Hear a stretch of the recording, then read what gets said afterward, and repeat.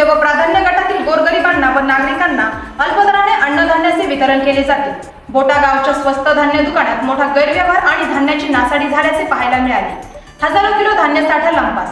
हा प्रकार संगमनेर तालुक्यातील पठार भागातील बोटा गावातील एका स्वस्त धान्य दुकानातील तब्बल 8000 किलो अन्नधान्याचा गैरव्यवहार झाल्याचे संशय आल्याने विशेषतः या दुकानाची रविवारी सकाळी तपासणी केली। यावेळी सोसायटीच्या धान्य वाटप गोडाऊनमध्ये मोठ्या प्रमाणात धान्याची नासाडी झाल्याचे पाहायला मिळाले। भारत देशात गेली 10 वर्षापासून राष्ट्रीय अन्न सुरक्षा कायद्याअंतर्गत अंत्योदय व प्राधान्य गटातील गोरगरिबांना व नागरिकांना अल्पदराने अन्नधान्याचे वितरण केले जाते। कोरोना महामारीच्या काळापासून केंद्र सरकार या दोन्ही गटांना मोफत अन्नधान्य पुरवत आहे।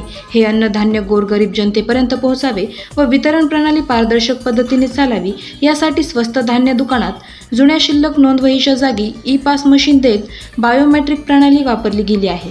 या प्रणालीद्वारे स्वस्त धान्य दुकानात अन्नधान्य वितरित होणे गरजेचे असताना संगमनेर तालुक्यातील 164 स्वस्त धान्य दुकानदारांमधील काहींनी मागील शिल्लक धान्याची परस्पर विल्हेवाट लावल्याचे समोर येत आहे।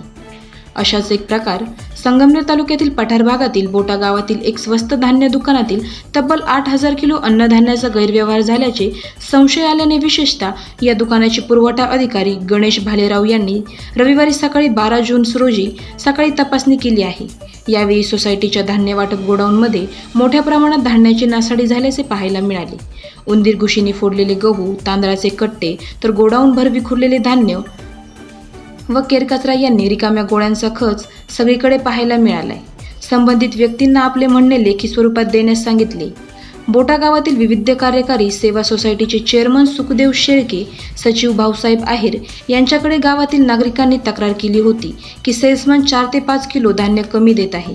संशयावरून तेथील शिल्लक धान्य साठ्याची पडताळणी केली असता यावेळी हा सर्व गैरव्यवहार उजेडात आला। त्यांच्या पडताळणीत धान्य दुकानातील 3203 किलो गहू तर 4652 किलो तांदूळ शिल्लक दिसत असताना प्रत्यक्षात तो गायब असल्याचे निदर्शनात आले आहे।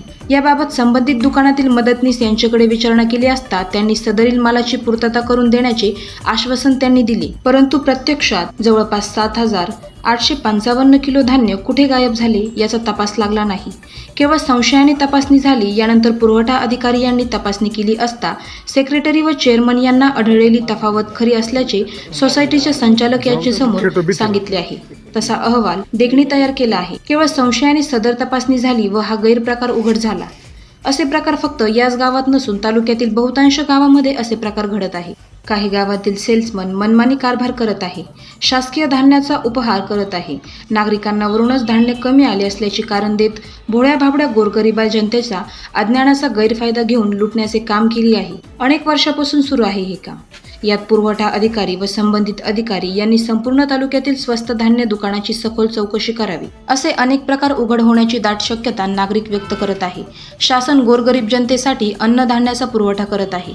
हा धान्य साठा गोरगरीब जनतेपर्यंत पोहोचण्यासाठी कुणाच्या घशात घातला जातो असा संतप्त सवाल सर्वसामान्य नागरिक व गोरगरीब लाभार्थी उपस्थितीत करत आहेत। कोरोना महामारीपासून अंत्योदय व प्राधान्य गटातील लाभार्थ्यांना सवलतीऐवजी पूर्णतः मोफत धान्याचे वितरण केले जाते। या योजनेनुसार अंत्योदय गटातील पिवळ्या शिधापत्रिका धारक एका कुटुंबाला 20 किलो तांदूळ व 15 किलो गहू असे 35 किलो तर प्राधान्य गटातील केसरी शिधापत्रिका धारकांना माणसी 3 किलो तांदूळ व 2 किलो गहू असे एकूण 5 किलो धान्य वितरित केले जाते। त्यासाठी बायोमेट्रिक पद्धत अवलंबली गेली आहे। परंतु यावर देखील वेगवेगळ्या कल्पना शक्कल लढवत लाभार्थ्यांना कमी धान्य वितरित करत मोठा गैरव्यवहार करत असल्याचे निदर्शनात येत आहे। गोरगरीब जनतेच्या तोंडातील घास काढून घेत मोठा मलिदा लाटण्याचा प्रकार समोर येत आहे। याबाबत जिल्हाधिकारी यांनी या प्रकारची दखल घेत तालुक्यातील सर्व स्वस्त धान्य दुकानांची सखोल चौकशी करून कारवाई करावी। पुरवठा अधिकारी गणेश भालेराव यांनी आढळलेल्या स्वस्त धान्याच्या साठ्यात आढळलेल्या तफावतबाबत बोटा सोसायटीचे संचालक, चेअरमन, सचिव यांना विचारपूस करत याबाबत सेल्समन व सचिव यांनी आपले लेखी म्हणणे देण्यास सांगितले आहे। यावेळी चेअरमन सुखदेव शेळके, सचिव भाऊसाहेब आहेर, संचालक विकास शेळके, तानाजी मुसळे, अमित शेळके, पोलीस पाटील शिवाजी शेळके, तंटामुक्ती अध्यक्ष रामभाऊ शेळके यांसह आदी ग्रामस्थ उपस्थित होते।